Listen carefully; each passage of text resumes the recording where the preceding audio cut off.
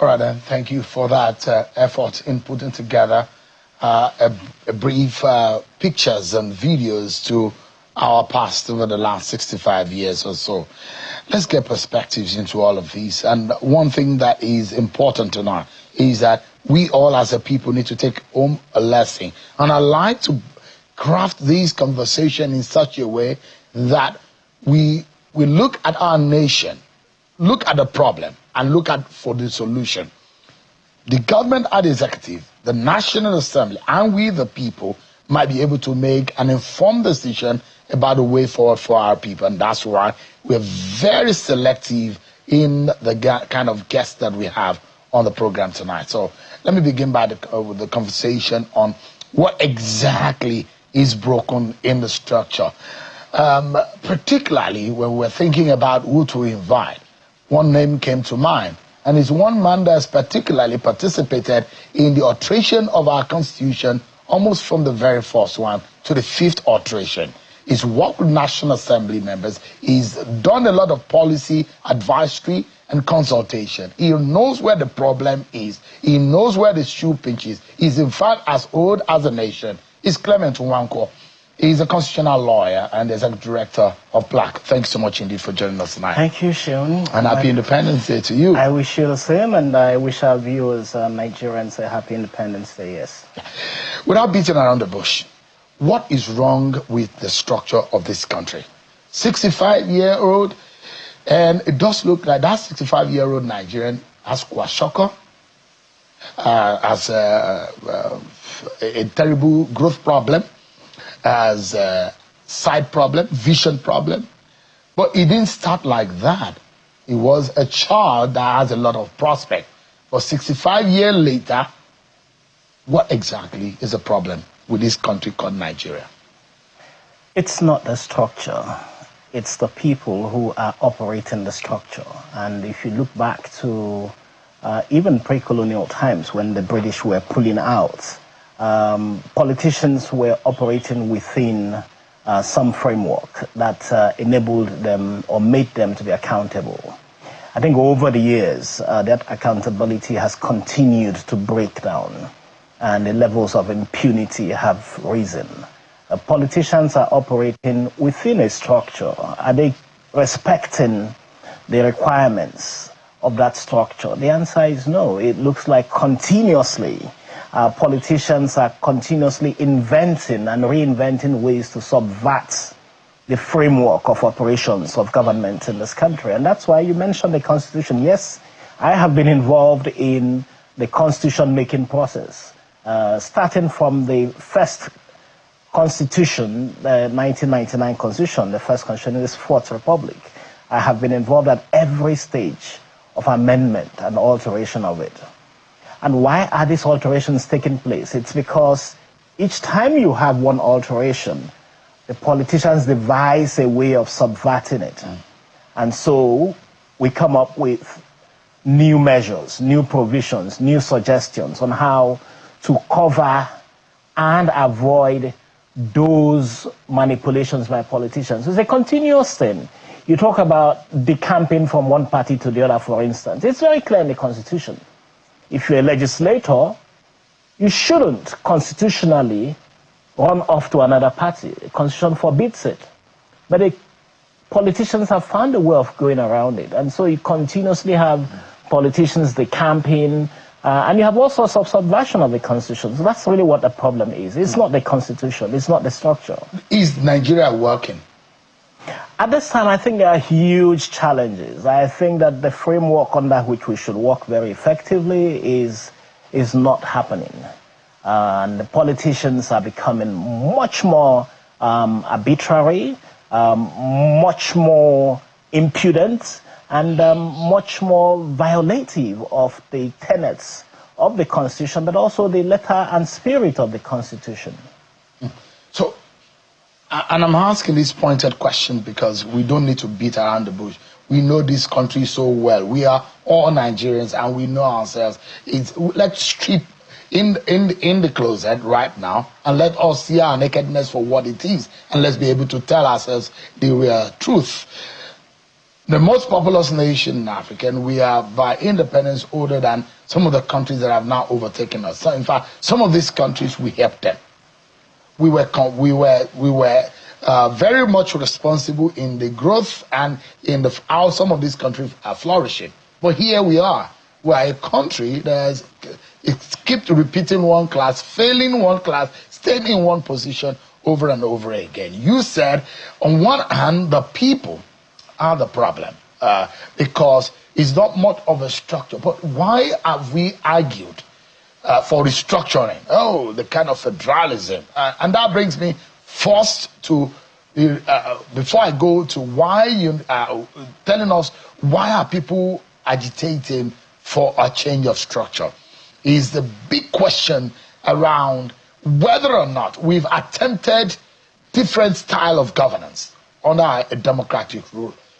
Federalism or presidential system is not the one that is not the first that we attempted. We've done a few, one or two others. But the question is that, is federalism and presidential system of government, in your own view and your own experience, Mr. Nwankwo, the best suit for our structure?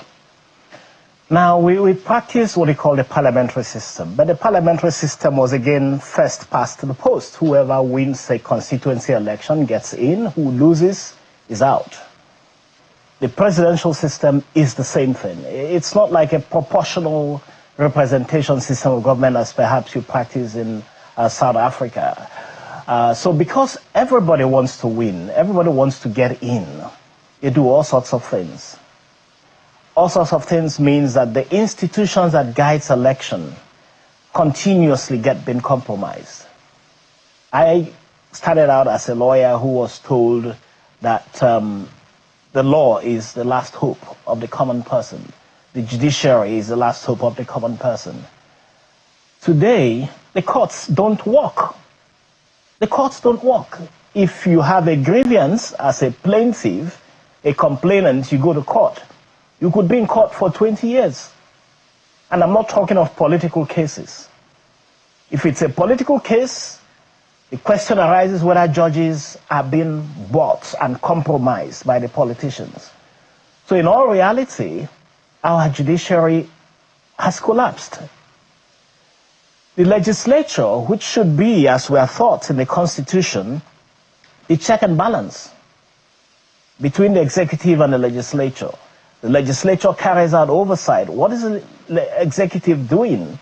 What should the legislature do? It's collapsed. The legislature has difficulty getting the executive to do what it should do, to be accountable. The Electoral Commission has collapsed.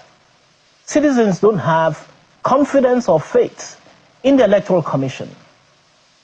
Everything has collapsed because you virtually mentioned literally everything. Quite frankly, because you would say, as a citizen, a politician has not delivered on the promise or expectation that you have of them.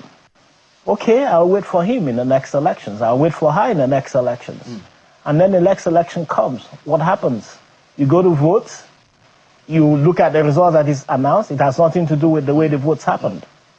I'm a student of political science, and I imagine the principle, and a student of law too, so I imagine what we are, it looks like we are a confused state right now in terms of the system of government we want to practice, because we cannot succeed or flourish if we are not very certain about what we want and how we want it.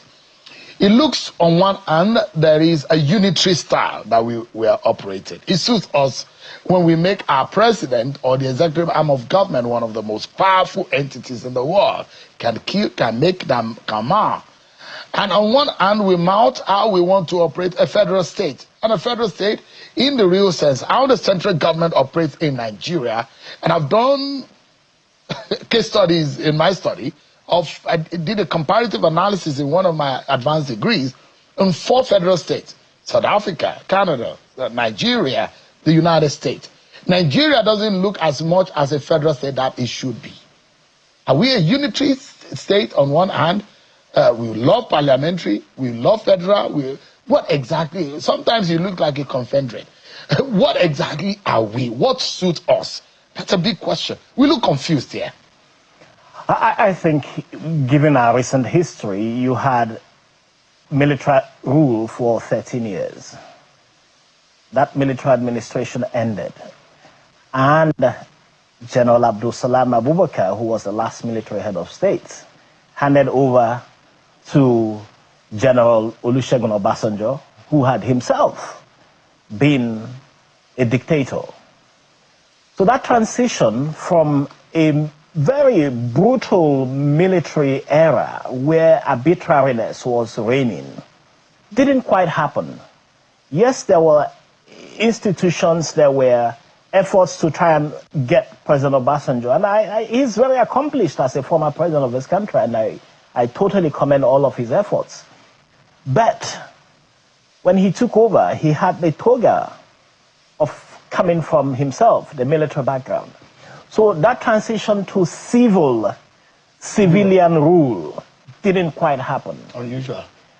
And so, because you've had a unitary system of government, which was worsened under the dictator, General Buhari, and General Ibrahim Babangida, and worsened, of course, by the dictator, the brutal dictator, General Abacha, you just didn't see a return to civilianness. And every president since General Olusegun Obasanjo in 1999 have operated using the machinery that was left behind by the military to continue to operate this country as a unitary system. And so the struggle to decentralize, the struggle to de-escalate the unitary system has been a continuous one. And because of the struggle between the center and the states, where the center actually arbitrarily dictates how the country is run, we haven't had that independence. So military brought us to where we are today. The military, very sadly, brought us to where we are today. Those interregnums are a major disaster. They have been a major disaster to this country, and that's why you cannot but be quite angry about where the civilians are today with administration, with government. You and some of my guests tonight on the program are discerning, not only that you have attained the age of wisdom, and also you have acquired a lot of knowledge over the years, and we'll be finding solutions tonight. We will not leave here until we find one. Let me bring in yet another son of Nigeria, an eminent economist who has seen it all, sat in several boardrooms, and is an economist of note, Mr. Bismarck Rewane, who is also the CEO of a company that advises multinationals in economic policies. Mr. Bismarck Rewane is live for us in our Lagos studio. Thank you so much, Mr. Rewane, for joining us tonight. Thank you. Good evening. Interesting times. Happy Independence to you, but Mr. Rewane, similar question as I've asked the constitutional lawyer, Mr. Nwankwo.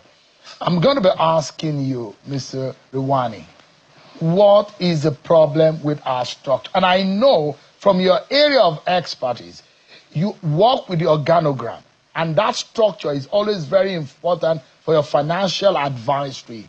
Is Nigeria looking like, if you are to advise and consult for Nigeria, the way it is structured now, for it to thrive, are you going to succeed? Thank you very much, Shamu. And again, this is happy birthday to Nigeria. And if Nigeria was a human being, at 70, Nigeria will be in the last 5 years before it leaves the earth. So, 1. 2, it's a time for congratulations, like happy birthday, but it's also time for introspection and reflection as to what have we achieved at this time. And you said something about if Nigeria was a client, a corporate client, or whatever it is, you said about the structure. But the thing is that strategy drives structure. If you have no strategy, then you build your structure around it, you are bound to fail. So there are a number of things that need to be done. So let us first of all look at introspectively and reflect on where Nigeria is today. Nigeria, 1960 to 65, it was the largest in population in Africa. It was the largest economy in Africa at a point getting to $560 billion. It was the 27th largest economy in the world at that time. Today, Nigeria is the 53rd largest economy in the world, and the fourth largest economy in Africa. It was as high as $560 billion.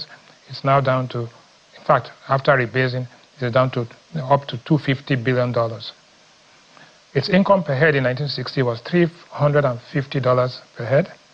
It rose all the way to $2,400 per head, and is now down to a paltry $950 per head. Life expectancy at the beginning of this journey was 35 years. Today it's 56 years.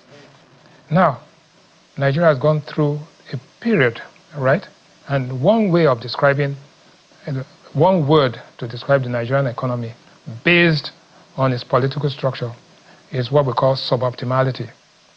Suboptimality describes a situation where you fail to optimize your resources, and therefore you need to look at it and see how you optimize. It's like when you open your system and you have 10 applications open at the same time. Your speed, the speed of the system is slower, but if they will now tell you to shut down, maybe you shut down 8 systems, or you shut down the video and then your voice connection improves. So that's where Nigeria is. Nigeria is suboptimal in terms of labor productivity, suboptimal in terms of total factor productivity, suboptimal in the use of its total resources, gross fixed income, and all of that. Now, 6 decades, and what have we gone through? We've gone through a parliamentary system, a republican system, military rule, and back to a republican system. We've gone from a command mixed economy to a command economy, back to a mixed economy, and now to a free market economy. We've gone through about 5 crises. One, the 1983 global oil crisis, the 1995 Southeast Asian crisis, the global financial crisis of 2008, subprime mortgage crisis. We've gone through the 2016 global economic crisis, and then went through COVID, and then we are where we are. Now, it is one thing that is worth noting is that there's a conflict between the political cycle in terms of horizon and the economic cycle. And I want you to note that between 1960 and 65, of course, we had the coup, and then we had the Civil War. Between the Civil War and today, if you look at the basic infrastructure of this country, in terms of the major bridges, the roads, the ports, airports, seaports, railway lines, the power stations, the bulk of your infrastructure today, 90% or 95%, I dare say, were built under the military rule. In other words, between 1970 and 1998, you had 9 years of Jarawa Gawan's era, in which most of the infrastructure was built. Then you had the Muritala Obasanjo period, where they completed most of these projects. The Third Mainland Bridge, Echo Bridge, Kata Bridge, the Nigerian shipping lines, the Nigerian airlines, the seaports, all of the seaports across the country, the major highways, the refineries, everything were built at that time. Why is it that throughout that period, because there was a military rule and all of that, they were able to commit resources, and you could see the physical infrastructure built. Between 1999 and today, I dare say that no new project, no new capital project, no new highways or bridges or anything for that matter, power stations, have been constructed. Why? It's simple. The political cycle is a 4-year cycle.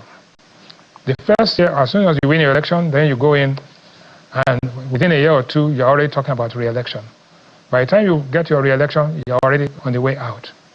Nothing has happened in terms of gross capital formation and infrastructure between 1999 and today. So there's something that we have to ask ourselves. Is this political structure is it supportive, or is it consistent with our economic objectives? If not, then the reason why you're having this suboptimality is very clear. So you have to redefine how you are going to do it, so that you can now begin to utilize the resources much more efficiently and optimize them as we go along. That's my first answer to your question. It's a good time for us to take a breather, but when we come back, more on insight on the structure of our state. Eminent Nigerians are joining me tonight to chart a way forward for our dear country. It's 65 years. The birthday cake might be our focus of cutting it, but then don't let us cut our own tongue in our own mouth in the process, because we need to find a structure that suits our purpose. We'll be right back after this break, everyone.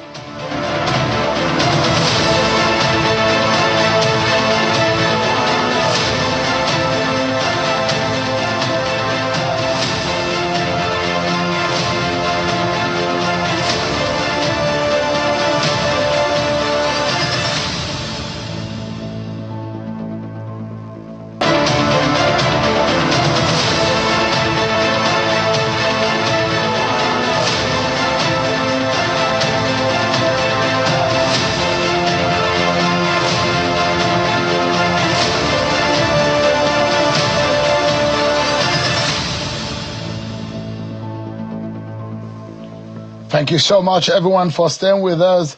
It's Channel Television special Independence Day conversation on the structure of the nation. We are asking a critical question on what structure best suits our purpose.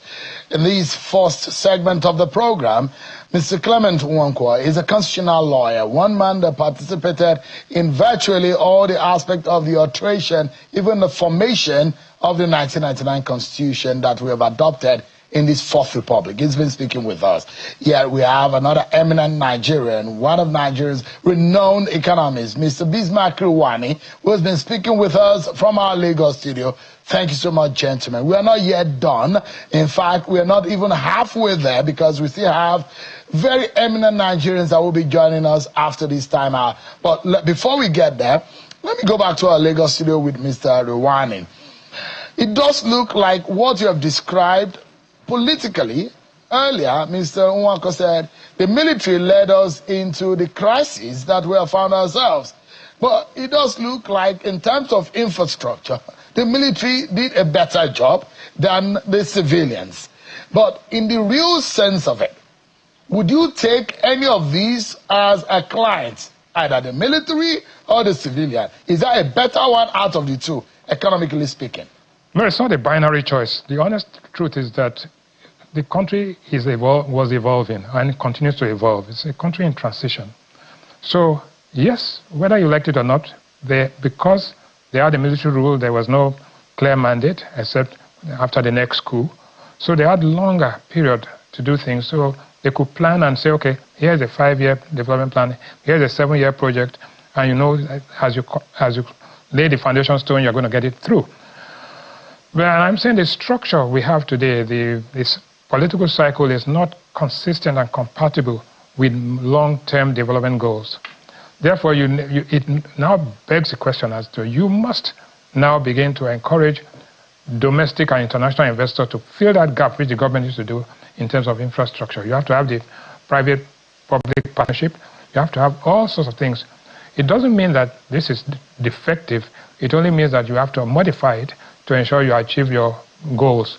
And that goal drives the strategy. And what have we achieved?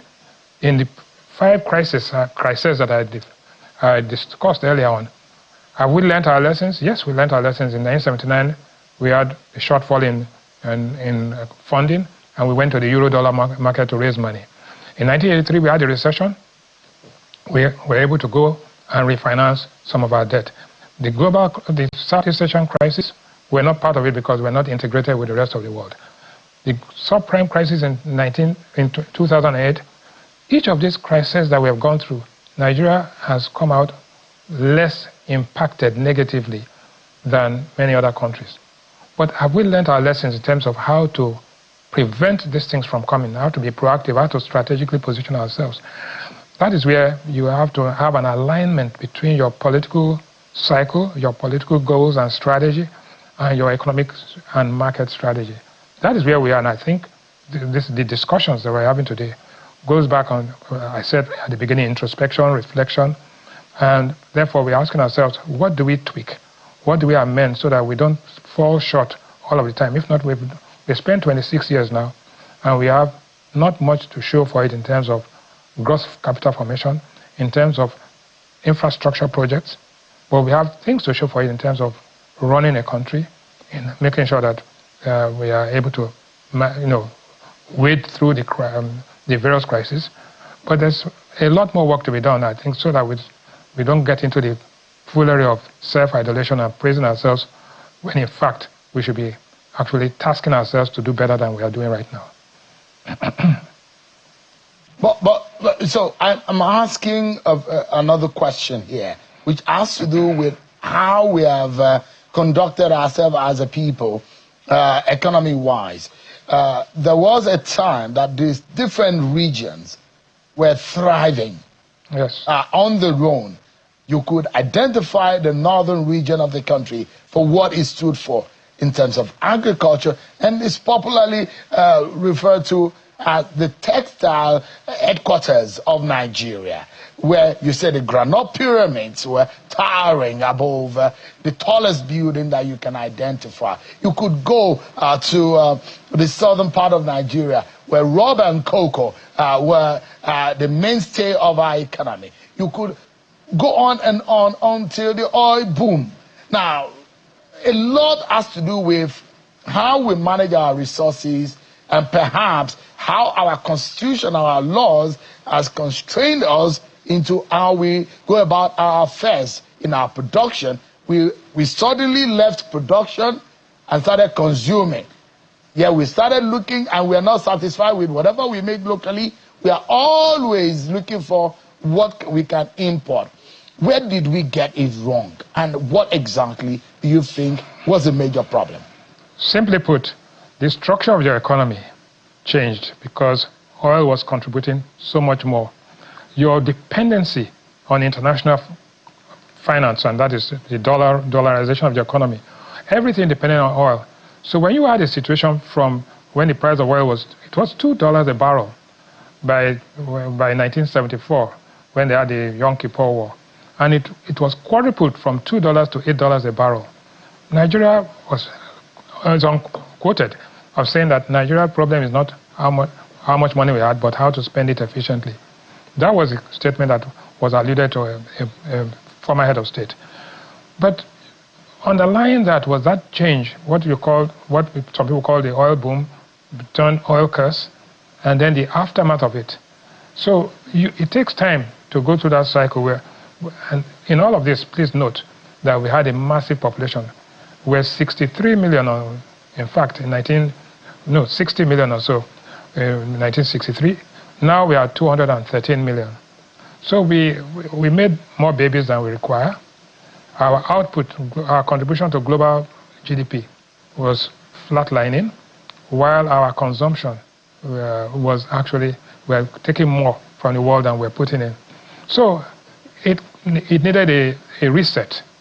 And that's where we are right now. We are trying to reset and say, okay, the past is gone and gone forever. There's nothing we can do about that. But how do we now make restructure the economy? I don't want to use restructure in a political sense. And take away those structural rigidities, take away the crony capitalism and the pricing of the economy, which created is a broad range of subsidies, over 10 or 15 subsidies. State-owned enterprises. So we are now going back to say, okay, wipe out all of these things and reset the economy so that everything is driven mostly by market forces. And where the government's revenue increases, government is using that money to create a social safety net and have a welfare state and a mixed economy. That is where we are. And so every time we go back and say, oh, we're the granite capital of the world, but that's gone and gone forever. What you now need to do is to reprice the factors of production in such a way and that the exchange rate, which is a major conversion rate between international commodities and domestic commodities, if that exchange rate is aligned, right, and is actually fair value, you'll find that all other factors that surround it are going to become stable. And so you can see in the recent past that the exchange rate has become more stable, moderating to appreciating, close to this PPP value. You can see that most other things that were in disequilibrium are now beginning to fall into equilibrium, and you are having something as close as possible to, not to bore you, what we call general dynamic equilibrium. When you're in that state, the amount of volatility of prices and factors will not be as wild as you have. Then people can now invest and plan and jointly with the government and the people of Nigeria begin to start a new economy. Right now, we are just trying to restart some failed engines, as it were. A quick one, Mr. Rewane. Quick one. Would you like us to go back to the regional economic structure that we had? No, let me say what I can tell you. Nigeria cannot afford to have 36 states. It's unviable. We spend too much money administering. This country is maybe I think twice the size of California in terms of geographical space, if not as small as that.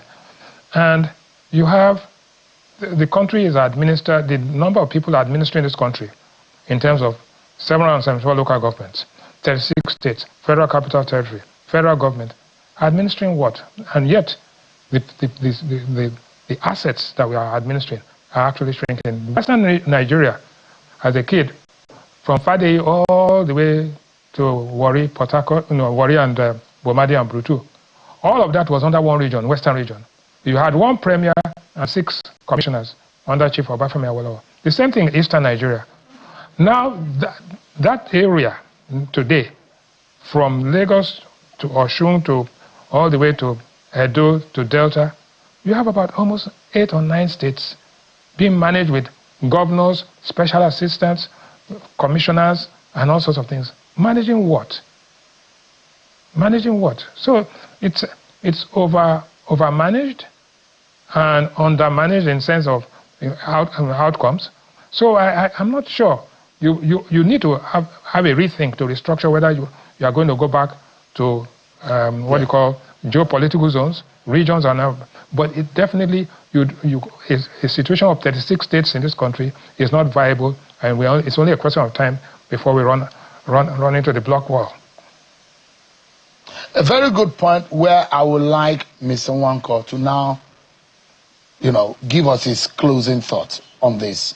You heard what Mr. Rewane did. So if you as an administrator or as a CEO says this is how you want to run this company, but your financial advisor is telling you if you do it, you'll be in trouble. Let's listen to the wisdom of the financial expert who is saying that it is not economical for us to run this nation in the manner in which we have it. We don't have the money. We cannot do it. But you are the constitutional lawyer. Mr. Nwankwo, what do we do? Not just a constitutional lawyer, I also participate in the economy from the services sector. And being involved in some aspect of the economy, I very much totally agree with what Bismarck Rewane is saying. But even extending it further in terms of the country being overmanaged. Now, we just came out from a situation where manufacturers were complaining about a custom surcharge of 4%. We have a situation where, and this is something that Nigerians perhaps can't interpret very well, but when we look at laws that are made, why would you make a law that says the custom service should keep a certain percentage of the income it generates? So what happens then is that Nigerians, manufacturers, partakers in the economy, are victims, I use that word very strongly, are victims of these MDAs and agencies of government. So arbitrariness comes in. Custom wakes up one morning, 4% charge on manufacturers. FIRS stays there, it gets 3% of whatever it collects. So it unleashes itself on citizens. NIMASA, virtually every agency of government. Why would an economy run with those types of charges? These taxes are not collected by government. They are collected by consultants. We just saw we have seen what is going on. The police have said if you have tinted glass, you would pay a certain amount of money. You would go to a portal and pay. Who collects it? Does the money go to government? How much of it goes to government? How much is kept by the consultants? So you have all the system of government officials, over-bloated, excessiveness. So Citizens. what structure do you think works in that sense? We can manage? I think that this system will work if you have a president who decides that he wants to govern for Nigeria and Nigerians. A decisive leadership. A decisive leadership. Because the point is, you come into government, you look for your friends, family members, ethnic group, you fill them up into positions, and they seem to have the mandate to go out and make as much money out of citizens as possible. So what you do see is that you have an economy that is actually not functioning. So for a lot of people, if you have capital, you wouldn't go into manufacturing, you wouldn't go into production. You will find a way of making money on that capital rather than go through the hard task of establishing manufacturing. Dealing with electricity, dealing with insecurity, dealing with a government that doesn't work. And regulatory bottlenecks. Exactly. The regulatory system and the regulatory agencies don't exist to help you. They exist to stifle your economic activities. And that's the problem of the country. Clement Nwankwo, thank you so much for coming on tonight. I appreciate your thought and your insight tonight. I appreciate indeed. And our very good friend, Mr. Bismarck Rewane, always a pleasure having you. Your insight, wisdom, and perspectives are very, very much appreciated. Thank you so much. We're going to break, everyone, but when we come back, we are not done. We're opening yet another chapter in this conversation, finding solution to the structure of our nation. We'll be right back, everyone.